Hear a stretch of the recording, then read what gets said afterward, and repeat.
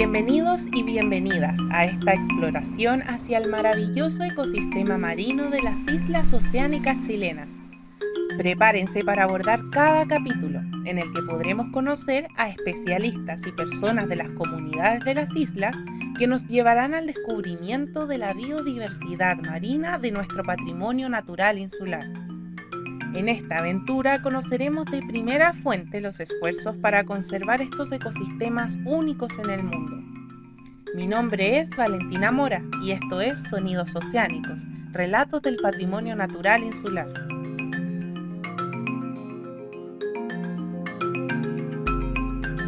Siempre escuchamos que Chile es un país largo y angosto, pero en realidad no es tan así si consideramos el inmenso patrimonio marino que tenemos. Con más de 4.000 kilómetros de zona costera, de norte a sur, Chile es un país con una tremenda biodiversidad marina, y más aún si consideramos el patrimonio marino de las islas oceánicas, estos oasis de biodiversidad que tienen una gran importancia a nivel mundial. ¿Se consideran entonces tesoros de biodiversidad nuestras islas oceánicas? En este capítulo, el Dr. Carlos Geimer, académico de la Universidad Católica del Norte y director del Centro Científico SMOI, nos va a introducir al maravilloso mundo de las islas oceánicas chilenas, con su importancia y conservación.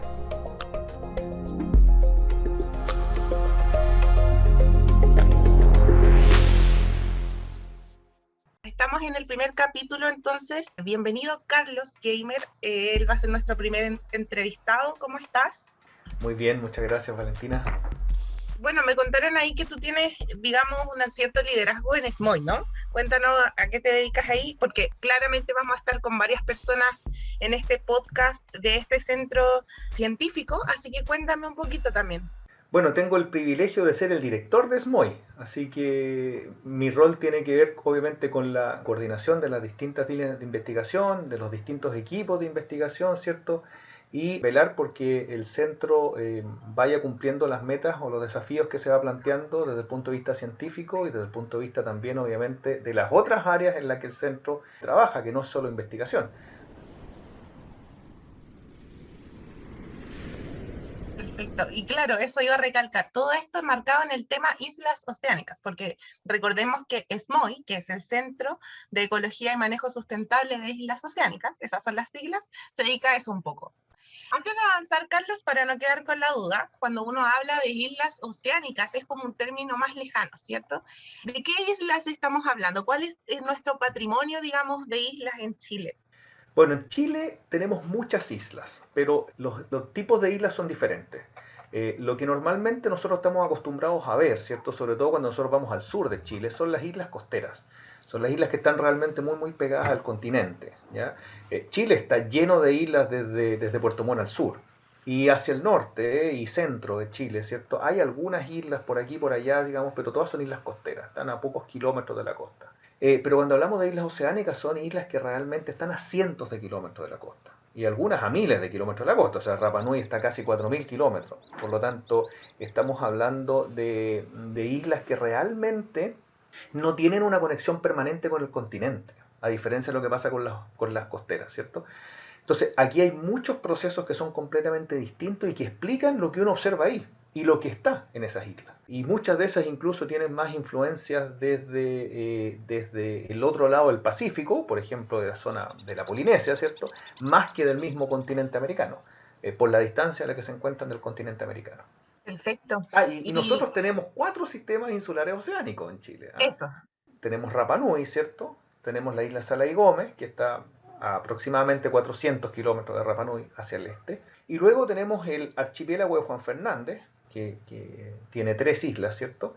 Y el sistema de islas de las Islas Desventuradas, donde está San Félix y San Ambrosio, y que queda como a 800 kilómetros más o menos del continente a la altura de Caldera. Así que eso es nuestro patrimonio insular oceánico. perfecto. Y son zonas, me imagino, como para investigadores, como de sueño estudiarlas, porque es más difícil, me imagino, la lejanía, digamos, son cosas más misteriosas para adentrarse, ¿cierto? Indudable. Y es por eso que nuestros sistemas insulares oceánicos comparados con el continente estaban muy, muy poco estudiados. Había obviamente estudios que se estaban desarrollando allá, ¿cierto? Pero comparado con el continente, muy poco. Bueno, y ya que sabemos un poco el panorama general, digamos, de tu especialidad, podríamos decirle, y de los temas que vamos a hablar ahora, quisiera que me contaras un poco y que le contaras a todos los que nos escuchan sobre qué cosas destacadas has podido vivir o experimentar en SMOI en el sentido de investigar estas zonas que son tan particulares de las que hemos estado hablando, que son las islas oceánicas. Hay muchas, o sea, la verdad es que es súper difícil tratar de limitarse a alguna. Creo que dentro de las primeras investigaciones que desarrollé o en las que participé en islas oceánicas, fueron expediciones organizadas por National Geographic y Oceana hace unos años atrás, tanto a Rapa Nui como Sala y Gómez, y posteriormente a las Islas Desventuradas. Cuando hablamos de ese nivel de organizaciones es porque efectivamente el interés en estas zonas es internacional. Digamos, no somos solo nosotros que decimos, oye, qué suerte, digamos, que con las zonas geográficas que nos tocaron, con el mar, digamos, todo eso, sino que este patrimonio que tenemos es algo que le interesa a muchas personas en el mundo. Exactamente. Bueno, yo nunca había trabajado en islas oceánicas antes de haber sido invitado por National Geographic y Oceana a una expedición el año 2010 a Rapa Nui e Isla Salia y Gómez. Y participé primero en dos expediciones organizadas por National Geographic y Oceana el año 2010 y 2011, porque había efectivamente un interés de parte de estas organizaciones para poder estudiar uno de los últimos ecosistemas prístinos del planeta, ecosistemas marinos. ¿Ah? Cuando hablamos de ecosistemas prístinos estamos hablando de ecosistemas que prácticamente no están tocados por el ser humano o muy muy poco tocados. Y la verdad es que en el océano, en los océanos a nivel global, son muy pocos lugares, digamos, que no han sido fuertemente impactados por el ser humano.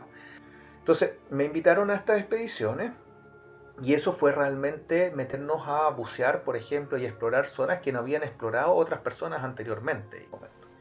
Así que me fui con un colega operador de ROV, de Oceana, y con un muy buen amigo dueño de un centro de buceo en Rapa Nui, ¿cierto? Que era la persona que más había buceado en Sala y Gómez antes, y nos fuimos Perdón, en el Carlos, buque.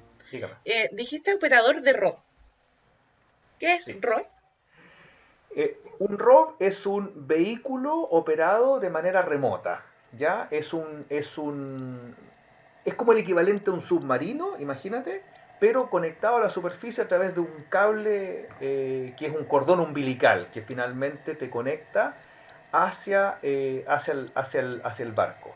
Eso te Ya, permite filmar en profundidades donde un buzo no puede bajar, cientos de metros o miles de metros, ¿ya?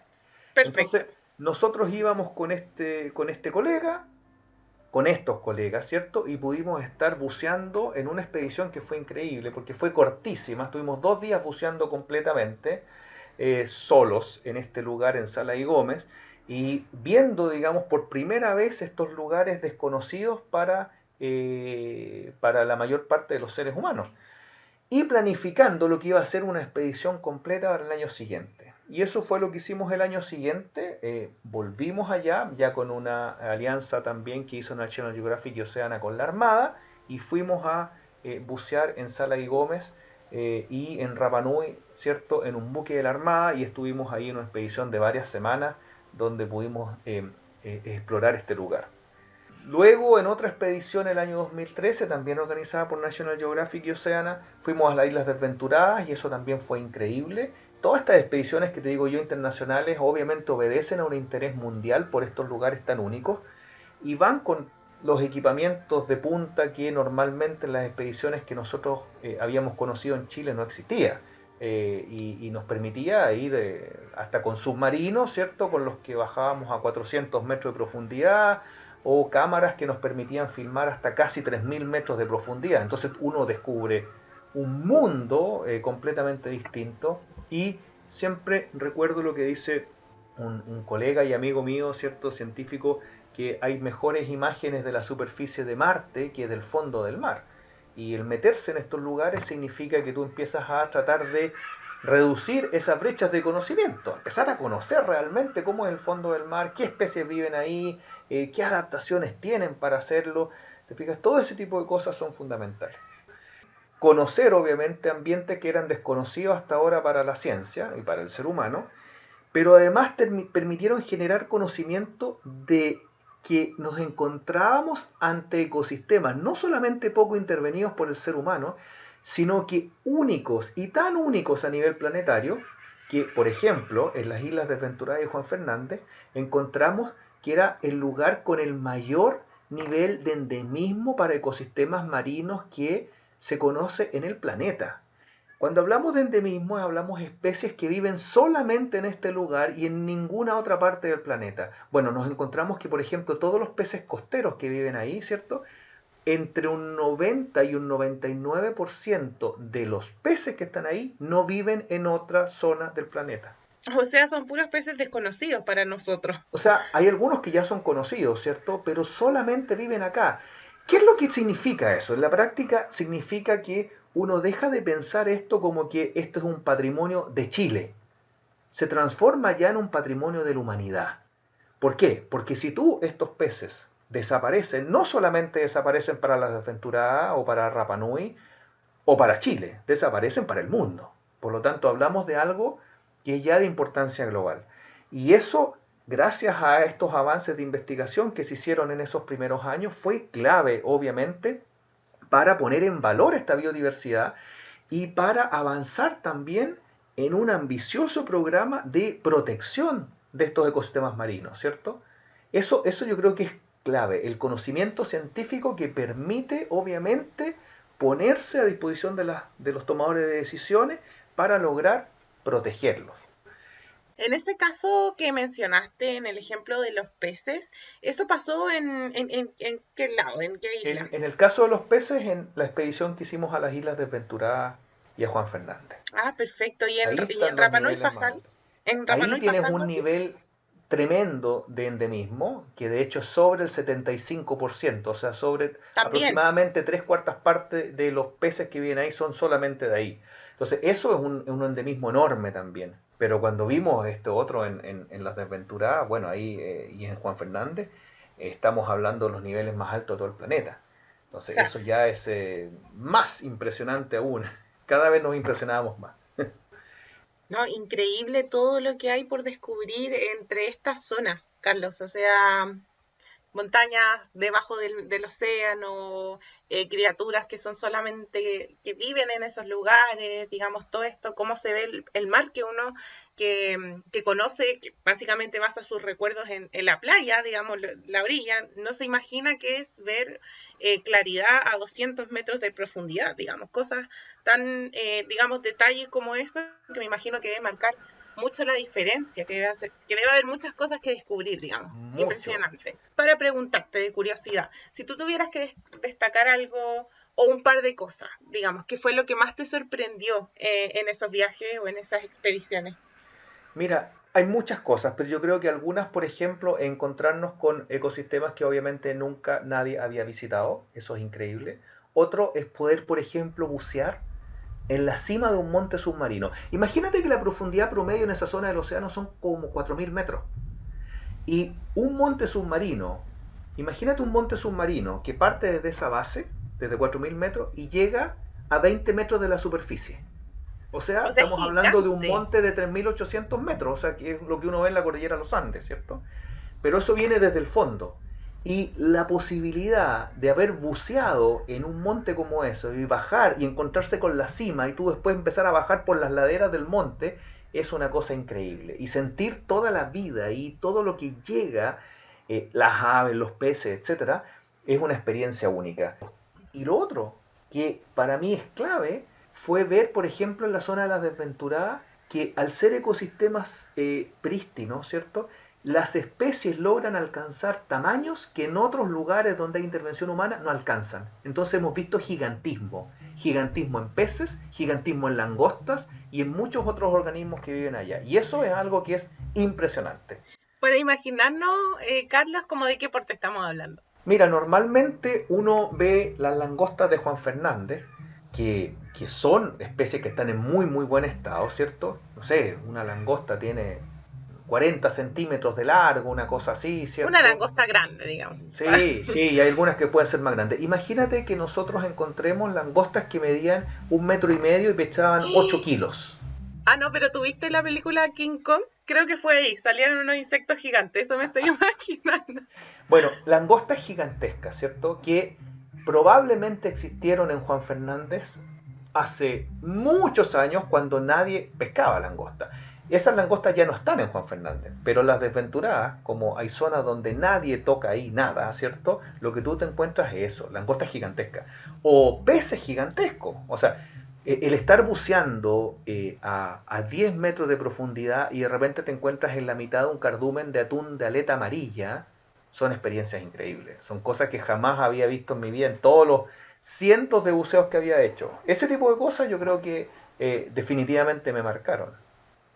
Bueno, Carlos, y una vez que ya tenemos como conocidas estas cosas, un poco en general ya nos podemos imaginar todo lo que se ha hecho. ¿Cuál ha sido como desde tu experiencia, pero hasta ahora? ¿Qué es lo que has aprendido y lo que quizás transmitir a las personas de la importancia de estos lugares? Ya, mira, yo creo que una de las cosas más importantes, algo que te mencionaba hace un rato, es entender que estos lugares son tesoros que están en nuestro mar, ¿cierto? O sea, son de Chile, por lo tanto, como chileno, como país, tenemos una responsabilidad enorme, porque además, como son importantes para la humanidad, son un patrimonio de la humanidad, tenemos una responsabilidad que es aún mucho mayor que lo que nosotros podríamos tener incluso con otros ecosistemas que no necesariamente son únicos, ¿ya? Y que uno podría encontrar en otros países, ¿cierto? O en otras latitudes. Yo creo que eso es una de las cosas importantes. Eh, Entender, ¿cierto? Y estar agradecidos por tener este tesoro y que es chileno. Y lo otro es entender la necesidad también de poder seguir investigando y explorando esto para que efectivamente puedan ser conservados. Porque lo que, a pesar de los avances que tenemos en conservación, ¿cierto? Tenemos todavía mucho, mucho por explorar, mucho por conocer.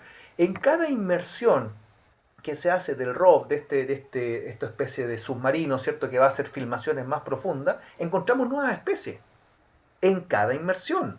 Y eso significa, ¿cierto?, que mientras más inmersiones hagamos, más cosas van a ir apareciendo. Es realmente impresionante. Entonces, y esos son tesoros que si uno no los conoce, bueno, perfectamente bien esa zona podría ser impactada y nadie se enteró que existieron. Bueno, y teniendo en cuenta la importancia de estos lugares que ya la tenemos entendida, yo creo que a todos nos quedó clarísimo, ¿cuál es el escenario que tenemos hoy día en torno a la protección de estos lugares? En la actualidad, la mayor parte de la zona económica exclusiva de Chile, alrededor de las islas oceánicas, estamos hablando hasta las 200 millas náuticas, algo así como 380 kilómetros alrededor de las islas, está protegido. De hecho, el 100% del mar de la zona económica exclusiva alrededor de Rapa Nui y Sala y Gómez son áreas marinas protegidas. Tres cuartas partes de la zona económica exclusiva alrededor de las islas desventuradas también son áreas marinas protegidas.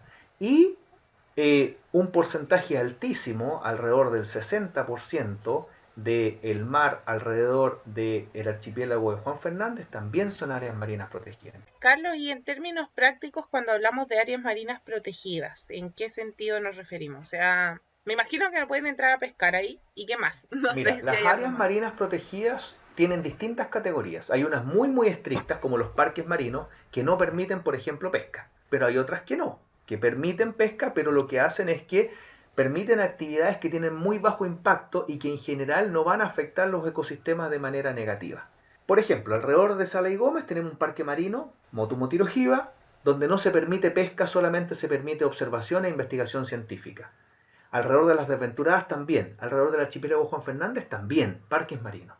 Pero por ejemplo alrededor de Rapa Nui tenemos una de las áreas más grandes de Latinoamérica, con más de 500.000 kilómetros cuadrados.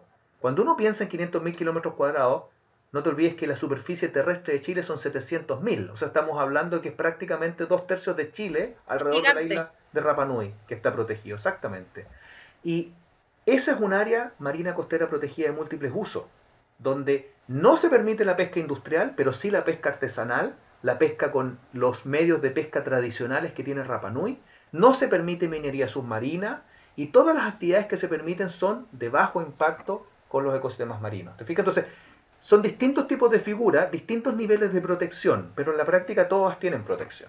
Bueno, y lo interesante es que nosotros vamos a seguir conociendo esto en los demás capítulos. Y bueno, un poco para cerrar quizás, queríamos responder la pregunta que nos planteamos al inicio, que es, bien en resumen, porque hemos hablado harto de esto. Entonces, ¿nuestras islas oceánicas son tesoros de biodiversidad, efectivamente? Nuestras islas oceánicas son un tesoro de biodiversidad. Tenemos la bendición de tenerlas en Chile, pero son un tesoro del mundo, ¿cierto? Es un tesoro y un patrimonio de toda la humanidad, porque son únicas y porque realmente albergan una biodiversidad y un nivel de endemismo que no se observa en otras zonas del planeta. Perfecto. Sigamos aprendiendo entonces, Carlos, de estos grandes ecosistemas maravillosos. Gracias hoy día por darnos un panorama excelente para imaginarnos la riqueza, las cosas interesantes y importantes que también hay en estas zonas. Y queremos seguir invitando a las personas a que escuchen los próximos capítulos de este podcast, donde vamos a tener otros temas súper interesantes de investigadores, de comunidades, de personas que han estado ahí involucradas con estas zonas. Quiero invitar a todas las personas que puedan escuchar los podcasts que vienen, entendiendo cómo esto funciona y los distintos tipos de investigación que han ido desarrollando nuestros investigadores y que han permitido, ¿cierto?, no solamente ayudar a conservar estos lugares, sino que además de eso, ¿cierto?, poder ayudar a ver cómo esto se proyecta, cómo se hace el trabajo de cuidado en el futuro, cómo se implementan las áreas que ya están creadas. Yo creo que todos estos conocimientos, que son además fundamentales en este escenario de cambio climático, hay que ir entendiéndolos desde la visión de los distintos investigadores. Muchas gracias, Carlos. Seguimos escuchando Sonidos Oceánicos.